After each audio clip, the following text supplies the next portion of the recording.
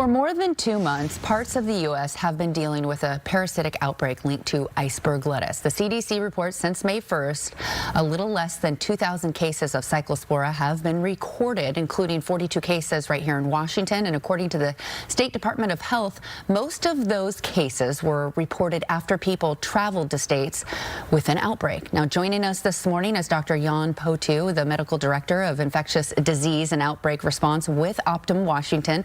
Thanks so much for joining us, Dr. Potu. Great to be with you. All right, first off, can you explain exactly what is Cyclospora and where it comes from?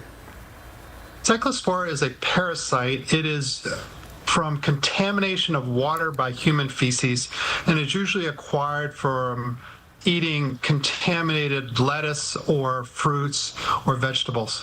Okay, so what are the signs and symptoms if you think you may have it, and how long can they actually last if untreated?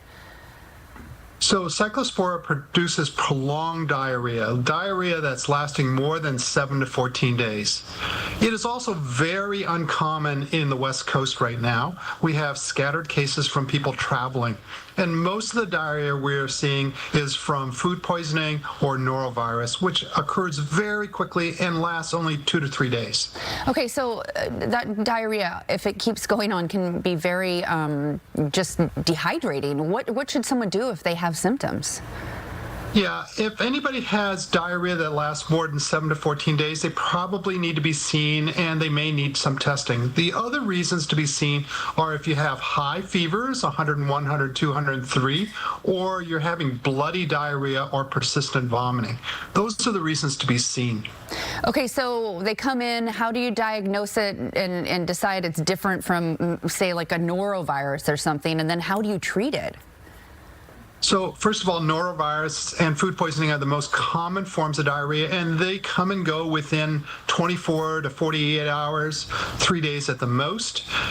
And norovirus is very, very quick in the onset. Okay. Cyclospora diarrhea tends to last 2 to 3 weeks or longer, and what we need is a stool sample to test for that. But we don't test everybody. We only test people who've had persistent diarrhea. Okay, so as the FDA continues to investigate this outbreak, what precautions can people take to make sure, they don't get infected? Well, once again, norovirus and food poisoning are the ones that we worry about because it's way more common. And what you want to do is wash your hands, wash your vegetables, even if it's bagged lettuce, rinse it off before you use it, or cook your vegetables, which will kill any kind of parasite or bacteria. Okay, anything else you want to tell us this morning about this Cyclospora that can help people just kind of avoid it and just be aware of it? Well, once again, safe food handling practices. Wash your hands. Don't go to a restaurant or a food place if you're having diarrhea. And don't serve food if you're having diarrhea.